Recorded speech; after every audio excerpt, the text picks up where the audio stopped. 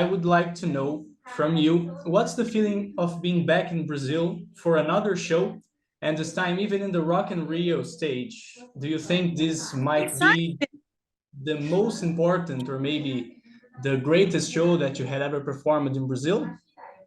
You know what? Rock and Rio is always like a really, really lovely gig to play. I've played it a few times over the years. I played it in Lisbon as well.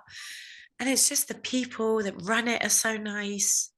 You know, the audience are amazing. It's a really enjoyable gig for any artist to play. Like I feel very, very, very lucky that I get an opportunity to play, you know, such a prestigious place. Like it's just really, I feel very lucky, to be honest. Yeah. Okay, Joss. Which differences do you see in yourself as an artist since the beginning of your career, like 20 years ago when you were just 16, and nowadays? I see a lot of difference. As an artist, ah, I learned how to be one.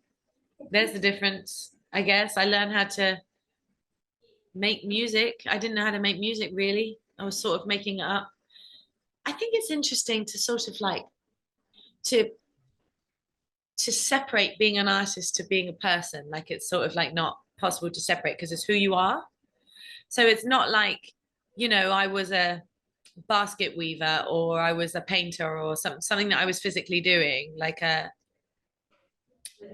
even if it was like cake, and I love making cakes, for instance. If I was to make a cake, I could learn that skill and I could make it better and better and better. And you could see the difference, right? You can kind of see the difference and hear the difference in my music. But it's more of like a me thing. It's like, this is who I am. Like, okay, well, a 16-year-old girl in comparison to a 37-year-old woman is going to be quite different, right? It just is what it is.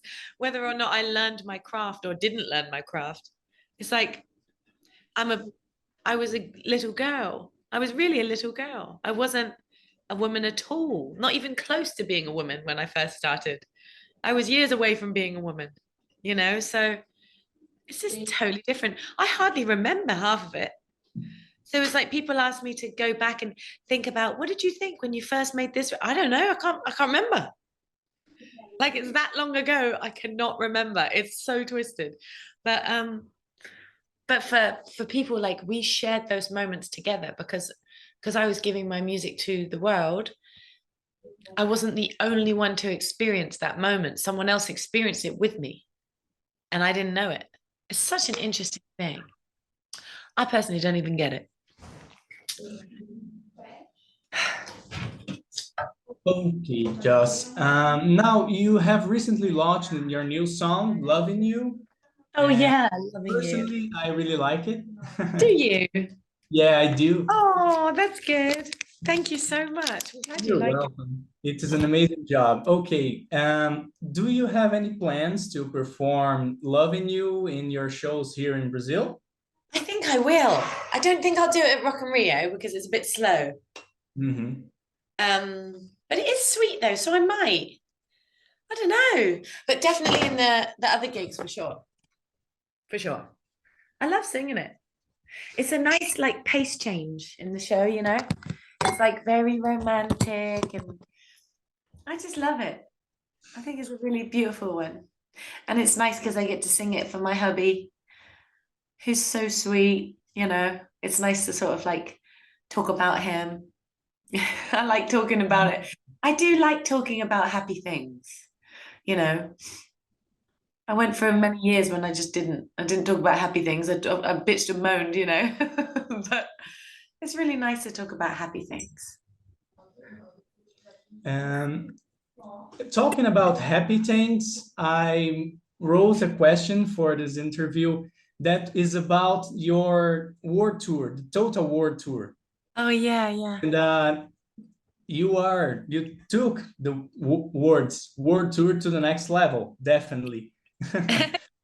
I really like those things about traveling and meeting another cultures or countries. So I would like to chat with you about this for hours if I could. But Yeah. I would like just to ask you, do you think that your music was like a good thing to make people happy all around the world, to unite all the cultures that you have visited? Yes, I do. I think I was pleasantly surprised actually. Like the countries that you notice that it's different. Like Mauritania was one that I just thought, oh wow, you guys never listen to music like this. And then Yemen was another one, and Libya was another one, Syria was another one where I was just like, you don't listen to soul music probably ever. You've probably never heard it. Like it's like not, it looked like I was singing to them and I could see their faces were like, what is this? But you know, throughout the show, I didn't really have a show. It was just me and my friend.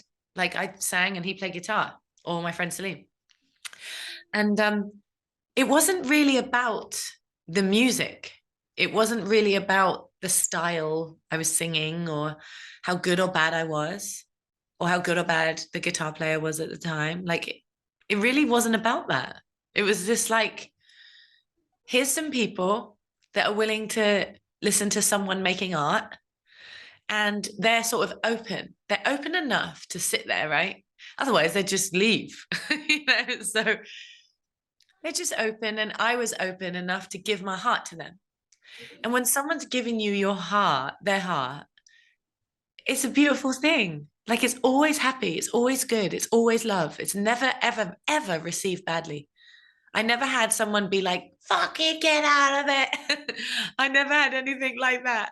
I didn't have tomatoes thrown at me or people chasing me out of the town. All I had was just love. And it was not about the music. It was not about whether it was a hit or whether it was popular or what I was saying. It wasn't even about what I was saying because they didn't understand the language.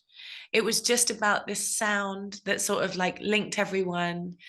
It's just a very human thing to do, is to just connect and, you know, give your heart to someone. That's what it was about. And music was just the conduit, you know. Yeah, it was interesting.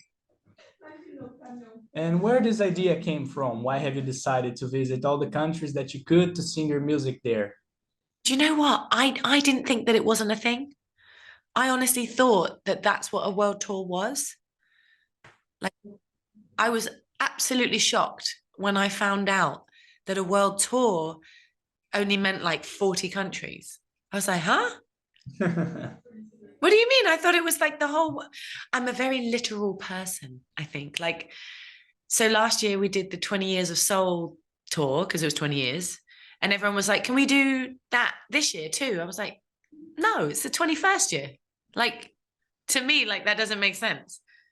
Why would you call it 20 years if it's 21 years? Why would you call it a world tour if you're missing out the world? Like, I don't get it. I do Exactly. not understand.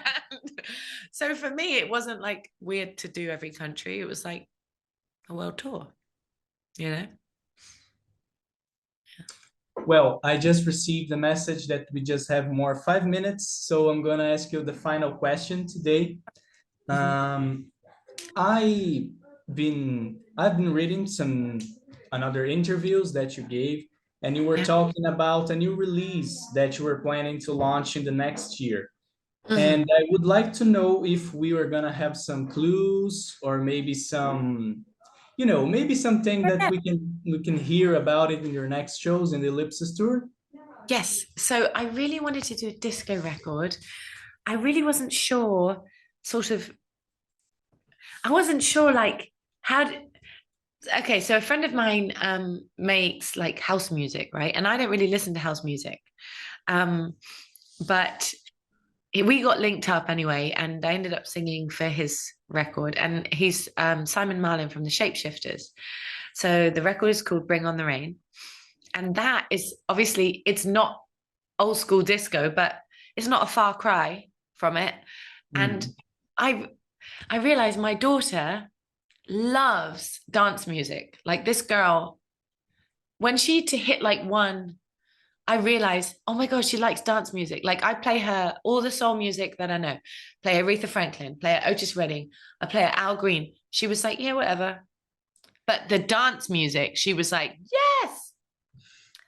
So I thought, well, shit, I guess I have to make something for her to dance to. So I started to think along the disco lines. And disco is just like so much fun. I'm talking like 70s disco, you know, like the real good stuff. So I really would like to make a record like that, but I'm like halfway down the line of getting the songs.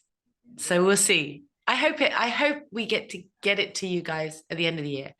But in the show, we do have a little disco medley where I get to talk about my daughter and tell the story. And we put in one of the songs I've written. It's called Dance It Out.